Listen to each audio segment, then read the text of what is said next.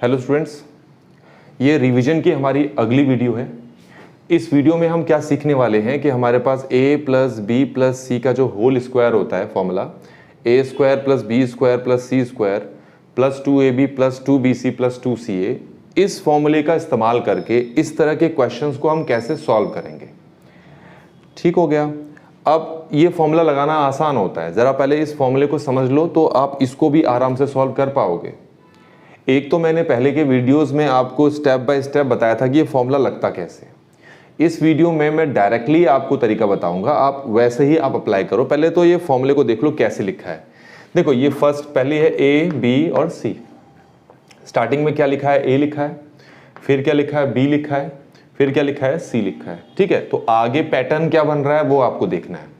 तो यहाँ पर जो यहाँ पहले लिखा हुआ था ना, उसी का स्क्वायर कर दिया प्लस, फिर ये जो लिखा था इसी का स्क्वायर कर दिया प्लस, फिर ये जो लिखा था इसी का स्क्वायर कर दिया।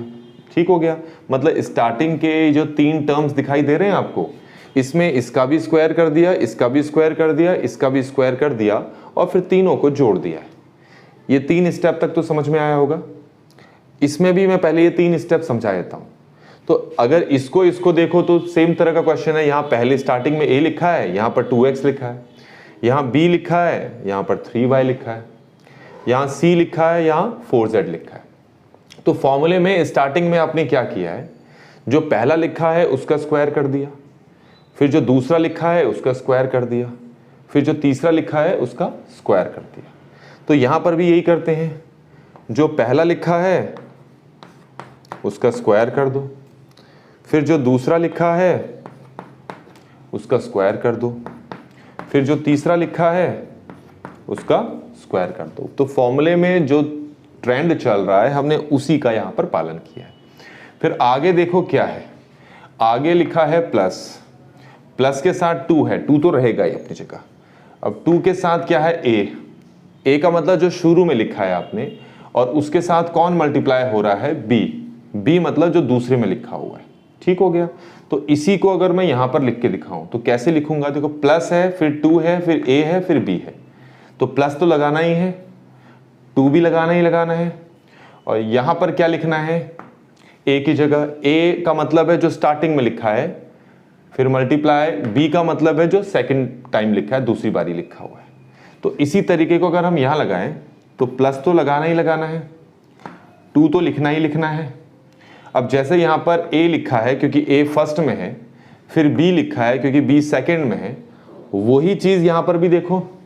फर्स्ट में कौन है, 2x मल्टीप्लाई, सेकंड में कौन है, 3y। तरीका समझ में आ गया होगा आपको। चलिए आगे देखते हैं। अब आगे क्या है, आगे देखो ये क्या लिखा है, 2bc मतलब प्लस तो लिखना ही लिखना है, 2 उसके बाद लिखना ही लिखना है। इस b का मतलब क्या है, b का मतलब है जो सेकंड टाइम लिखा हुआ है, ये जो लिखा हुआ है यहाँ पर ये है। और फिर c का मतलब कौन है, जो लास्ट में लिखा हुआ है। तो दूसरे में लिखा है और जो तीसरे में लिखा है, उन दोनों को यहाँ मल्टीप्लाई कर दिया गया है। वही तरीका यहाँ पर भी इस्तेमाल करते हैं। तो पहले प्लस तो लिखेंगे ही लिखेंगे, इसको यहाँ पर लिख देता हूँ मैं।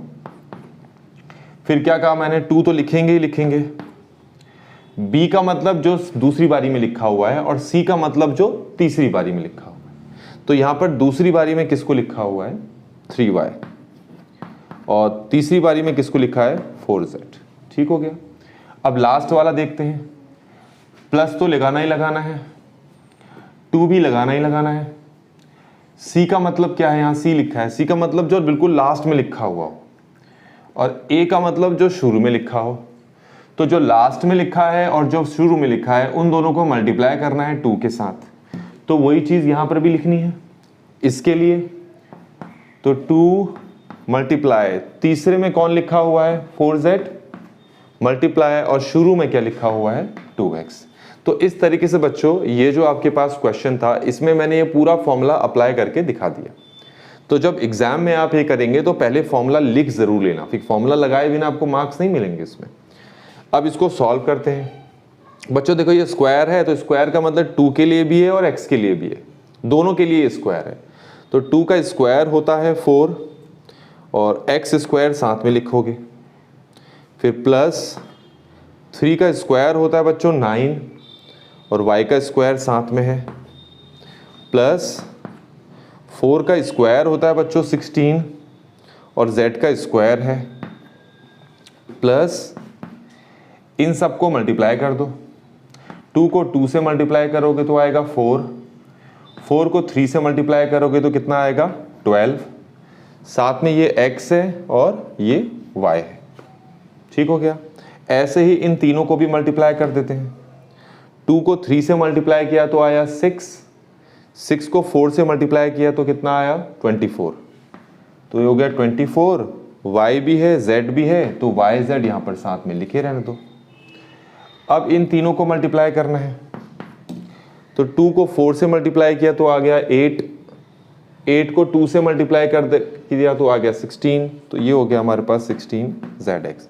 तो इस तरीके से बच्चों हमारे पास ये जो क्वेश्चन था इसको हमने यहाँ पर पूरी तरीके से सॉल्व कर लिया है। एक क्वेश्चन मैं देता हूँ, आप उस क्वेश्चन पे भी इस तरीके से अप्लाई करें और सॉल्व करने की कोशिश करें। मैं क्वेश्चन देता हूँ, तो -2x + y + 3z का होल स्क्वायर। तो ये जो फॉर्मूला है इस फॉर्मूले को इसके साथ लगाएं और सॉल्व करें।